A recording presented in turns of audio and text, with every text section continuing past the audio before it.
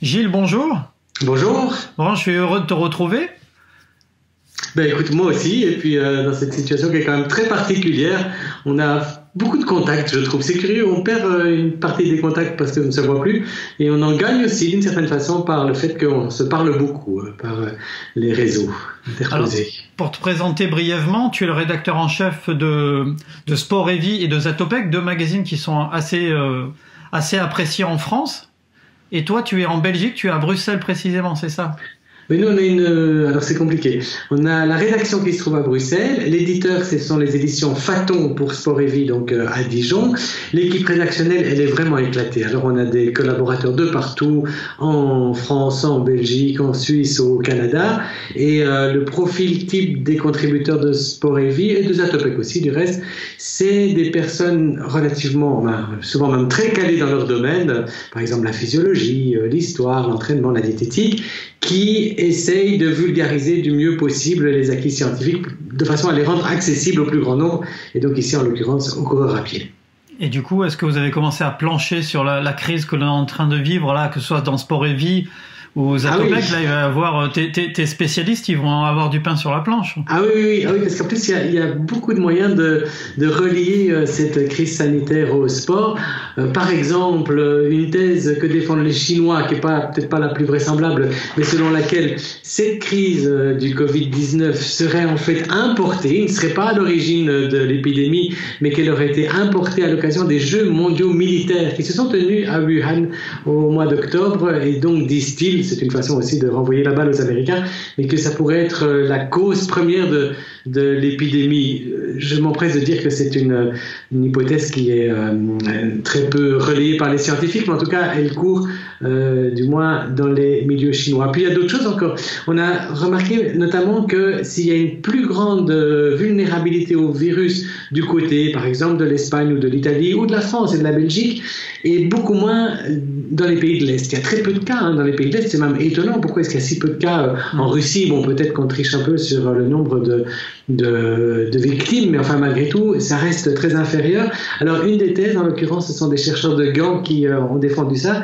Ce serait en fonction des allèles d'un gène, le gène ACE, qui est très bien connu des sportifs, parce qu'à la fin des années 90, on a cru à un moment avoir découvert, via ce gène ACE, on a cru avoir découvert le gène des sportifs, le gène de la performance, disait-il à l'époque. On a dû déchanter depuis, le gène ACE n'est certainement pas le seul impliqué dans les performances en endurance, mais donc c'est un gène qui est très bien connu de ceux qui sont spécialistes en physiologie de l'effort et qui intéresse aussi à présent les épidémiologistes. Et donc il y a plein de moyens différents pour établir un lien entre cette épidémie et le sport. Tiens, encore une chose, on a parlé de l'hémoglobine des vers marins. Je ne sais pas si vous avez suivi ça, mais il y a des petits vers qui ont une hémoglobine qui est capable de transporter de l'oxygène encore bien mieux que l'hémoglobine humaine. Le petit ver marin s'appelle l'arénicole. C'est celui qui laisse des tortillons dans le sable à marée basse. Eh bien, on espère, enfin, une des pistes thérapeutiques, ce serait d'utiliser l'hémoglobine de ces vers marins pour traiter les malades. Mais il se trouve que c'est aussi une piste pour le dopage. Donc, vous voyez, là, on peut relier le dopage à l'épidémie. Il y a encore un tas d'autres moyens possibles de s'intéresser à ces deux matières. Alors, tu disais tout à l'heure, en ce moment, les informations circulent à toute vitesse, les vraies, les fausses, les rumeurs et tout ça. Et en ce moment, il y a une rumeur, enfin, il y a quelque chose qui est en train de gronder, c'est ce tollé envers les runners, ce qui t'a un peu énervé et qui t'a poussé à écrire un manifeste sur Zatopek, enfin, qui a été relayé un peu partout, qui s'appelle Lâchez-nous les baskets. Comment ça s'est Lâchez-nous les baskets, ouais. Alors c'est venu en courant évidemment, et puis en croisant beaucoup de regards hostiles, et je me suis dit que ce serait peut-être pas mal d'avoir une prise de parole de la part d'un coureur, un modeste coureur au sein d'une immense communauté, mais pour montrer que on n'est probablement pas les seuls responsables de cette crise, et donc on peut trouver un peu injuste la façon d'être stigmatisé. Je m'empresse de dire que cette indignation, elle pèse très peu à côté de la douleur de ceux qui ont véritablement souffert de la crise par la disparition d'un proche, par exemple, ou bien ceux qui doivent endurer des conditions de vie vraiment délicates, difficiles. Donc le plus grand de tous les problèmes de la crise sanitaire actuelle, c'est certainement pas le sort des coureurs à pied. Mais enfin, malgré tout, on a des réactions très hostiles et parfois même violentes. Alors en postant ce texte, il y a eu des dizaines, des centaines, même des milliers de réactions qui allaient souvent dans le sens de ce que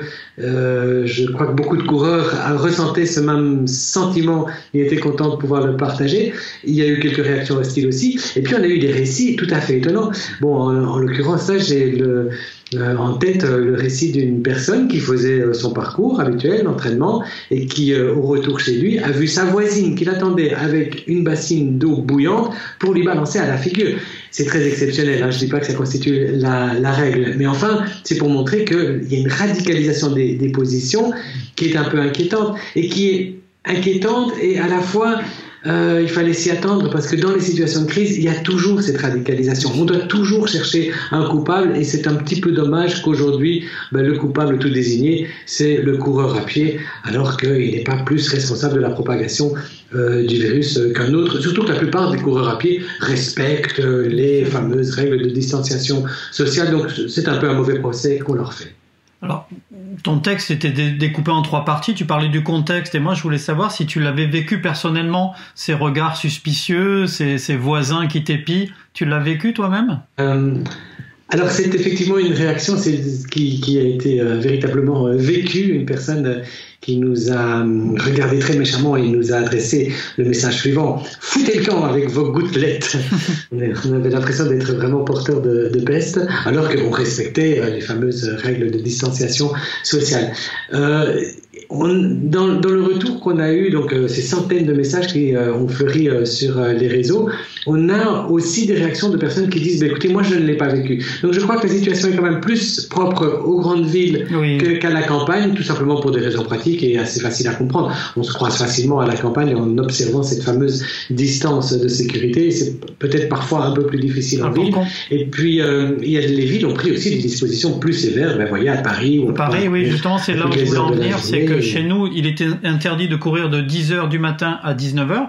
Et chez vous, en Belgique, comment Alors, on n'a pas de règles de ce type-là. De façon générale, j'ai l'impression que les règles de confinement sont un petit peu plus lâches en Belgique qu'elles ne le sont en France, mais ça reste un point de crispation dans les familles, dans les groupes d'amis. Très clairement, il y a ceux qui observent stricto sensu les recommandations de ne pas sortir de chez soi et qui en veulent beaucoup à ceux qui, eux, tolèrent quelques sorties, notamment pour aller courir. C'est vraiment un point de dispute. On sent ça très très fort entre parents, enfants, entre amis. Certains ont arrêté de courir justement parce qu'ils pensent qu'il faut observer un confinement strict. D'autres se sont mis à courir pour se donner un prétexte de sortir de chez eux. Donc c'est une question qui est beaucoup débattue en ces temps.